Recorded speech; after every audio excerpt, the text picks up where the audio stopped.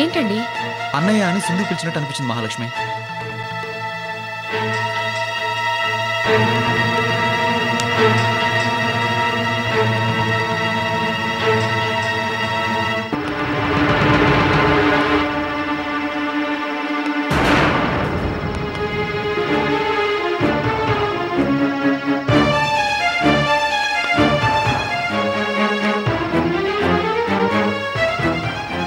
ఇక్కడెవరు పిలుస్తారండి? రండి.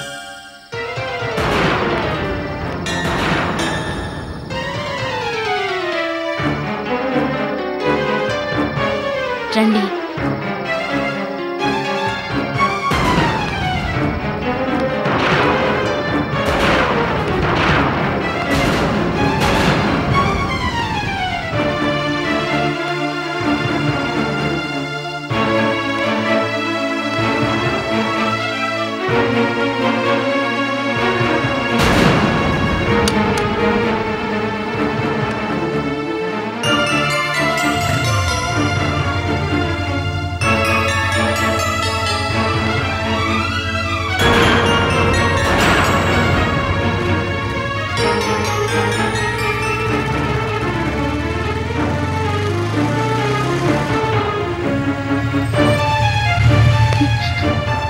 ఏంటండి? లేదు మహాలక్ష్మి, అది సింధు గొంతే.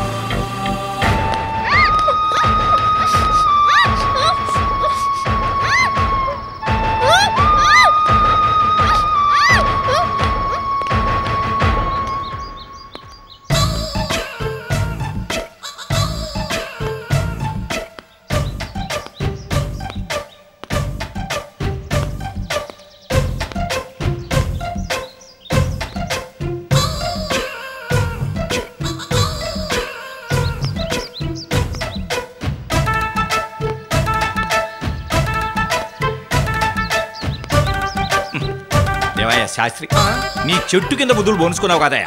ఆ అమ్మాయి చేత నాకు ఫోన్ చేయిస్తాను. గంట నుంచి మిలిటరీ చోట్లా మార్చింగ్ చేస్తున్నాను, ఫోనే రాలేదు. కొంపదీసి నేను అమ్మాయికి నచ్చలేదంటావా? ఆ లుక్ ఏంటయ్యా బాబు, ఆ బిల్డప్ ఏంటయ్యా?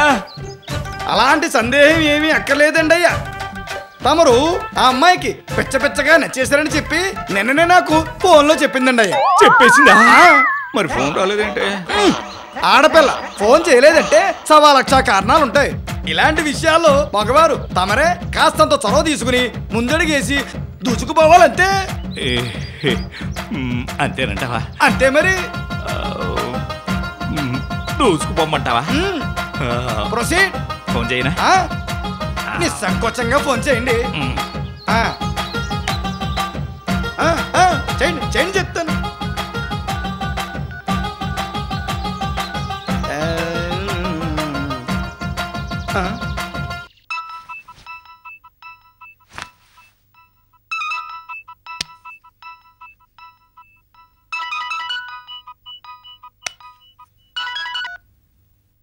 హలో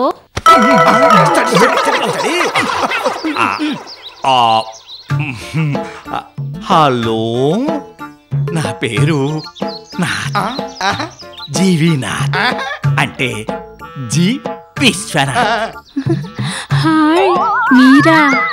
ఎస్, మా వివరాలన్నీ మన పిపి శాస్త్రి గారు మీతో చెప్పే ఉంటారు. చెప్పడమే కాదండి, నిన్న మిమ్మల్ని నాకు చూపించారు కూడా. Is it? I see. నేను మిమ్మల్ని చూశాను. అప్పటి నుంచి నా మనసులో లేదంటే నమ్మండి.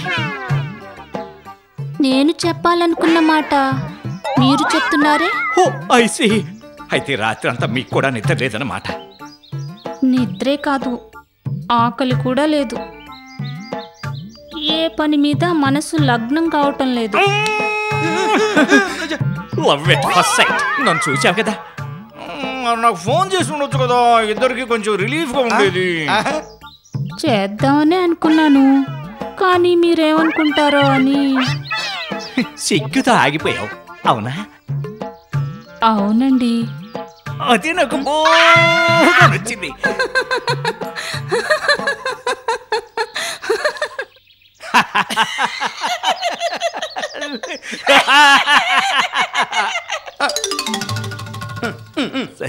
సరే, మనం ఎప్పుడు కలుసుకుందాం? మీ ఇష్టం, మీరెప్పుడంటే అప్పుడే. అయితే ఈరోజు సాయంకాలం ఓకేనా? ఎక్కడ కలుసుకుందాం? తాజ్ బంజారా? ఈ స్టార్ హోటల్స్, కంట్రీ క్లబ్స్ మనకొద్దు. అక్కడ నా బిజినెస్ పార్ట్నర్స్ మనల్ని మనసు మాట్లాడుకునేవరు. ఎవ్వరూ లేని ఏకాంత ప్రదేశం, మన ఇద్దరి మాటలు మనకు తప్ప మరి ఎవ్వరికి వినిపించని చోట మన ఇద్దరి మనసులు కలుసుకునేలా మాట్లాడుకుందాం. ఎంత బాగా చెప్పారండి. మరెక్కడ కలుసుకుందాం? నేను ప్లాన్ చేసి నీకు ఫోన్ చేస్తాగా, ఓకేనా? ఓకేనండి, మీ ఫోన్ కోసం ఎదురు చూస్తూ ఉంటాను. ఉండనా మరి? అప్పుడేనా? ఇంకా ఏమైనా మాట్లాడొచ్చుగా. డార్లింగ్, మరి ఇంతగా ఆశపడటం తప్పు. అన్ని మాటలు ఇప్పుడే మాట్లాడుకుంటే సాయంత్రం మనం మాట్లాడుకోవటానికి మాటలు ఉండొద్దు.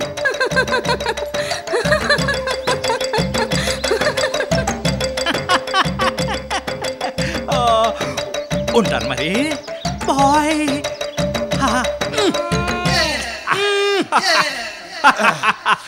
శాస్త్రి,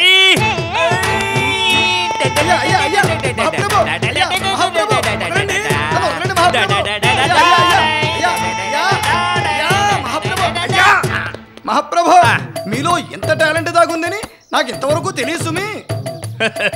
ఇప్పుడేం చూసావా? నా కాలేజ్ డేస్ లో కనీసం 6 మంది అమ్మాయిలు ఆల్వేస్ నా వెనక క్యూలో ఉండేవాడు. అంత సీన్ ఉంది ఏమిటి?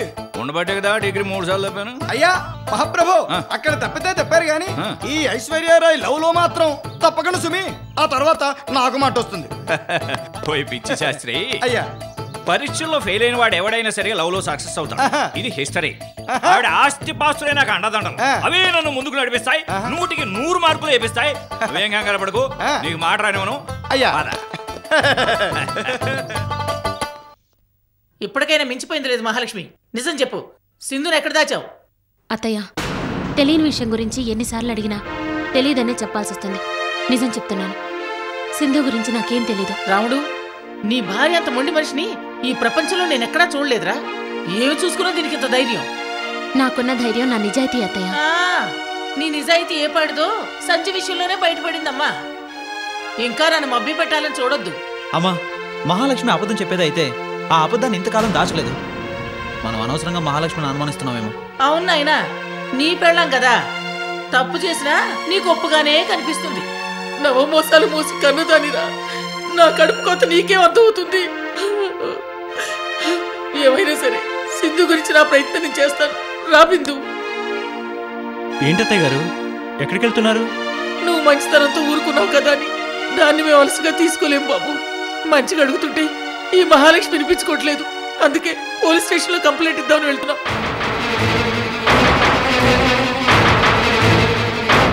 మహాలక్ష్మి మీద పోలీస్ కంప్లైంట్ ఇస్తారా? ఏంటి పిచ్చి పని?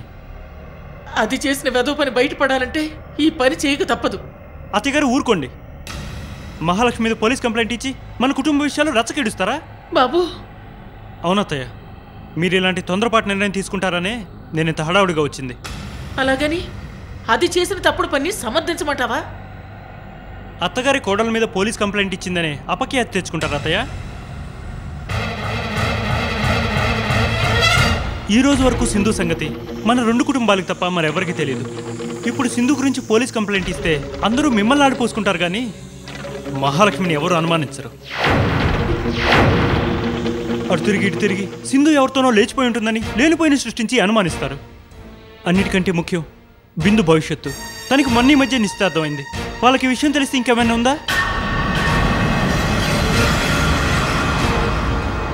అసలు అలాంటి అవకాశాలు మనం ఎందుకు అత్తయ్య గారు? దయచేసి ఈ విషయాన్ని ఇక్కడితో మర్చిపోదాం. పోలీసుల దాకా తీసుకెళ్లొద్దు. మరి సింధు సంగతి? కొద్ది రోజులు పుట్టింటికి వెళ్ళిందని మనసుకు సర్ది చెప్పుకుంటాను, అంతేకాని ఇంకే విషయంలో మహాలక్ష్మిని ఇబ్బంది పెట్టద్దు. ఎంత నటన, ఎంత ద్రోహం. వస్తాను అత్తయ్య, వస్తాను బావా, వెళ్ళొస్తాను మహాలక్ష్మి.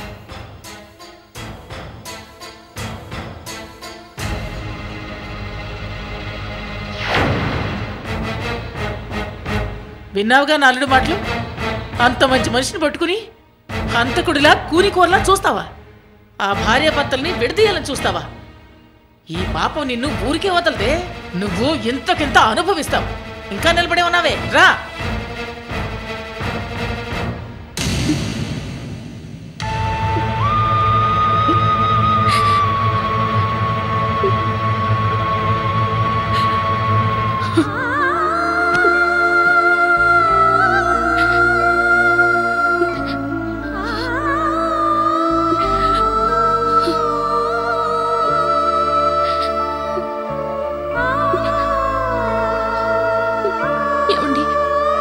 నేను నిజం చెప్తున్నానండి. సింధు గురించి నిజంగా నాకేం తెలీదు. అత్తయ్య గారు పోలీస్ కేసు పెట్టుంటే సింధు గురించి తెలిసే అవకాశం ఉంది. రండి, మనమైనా పోలీస్ కేసు పెడదాం. వద్దు మహాలక్ష్మి, నిజం నిప్పు లాంటిది అయితే అది తప్పు చేసిన వాడిని తప్పకుండా కాల్చి తీరుతుంది. నాకు ఆ నమ్మకం ఉంది. నువ్వే అన్నావు కదా నీ నిజాయితీ నీకున్న ధైర్యం అని. నేను ఆ నిజాయితీని నమ్ముతున్నాను. ఆ నమ్మకమే సింధును మన ఇంటికి క్షేమంగా చేరుస్తుంది.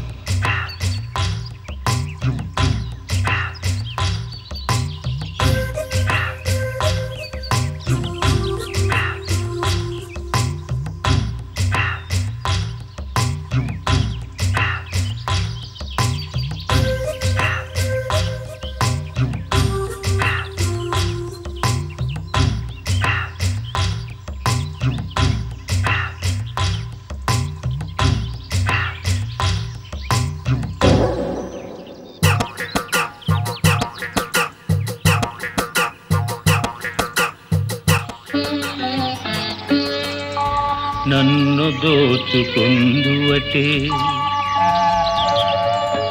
నన్ను దోచుకొందువటే వన్నెల దొరసాని.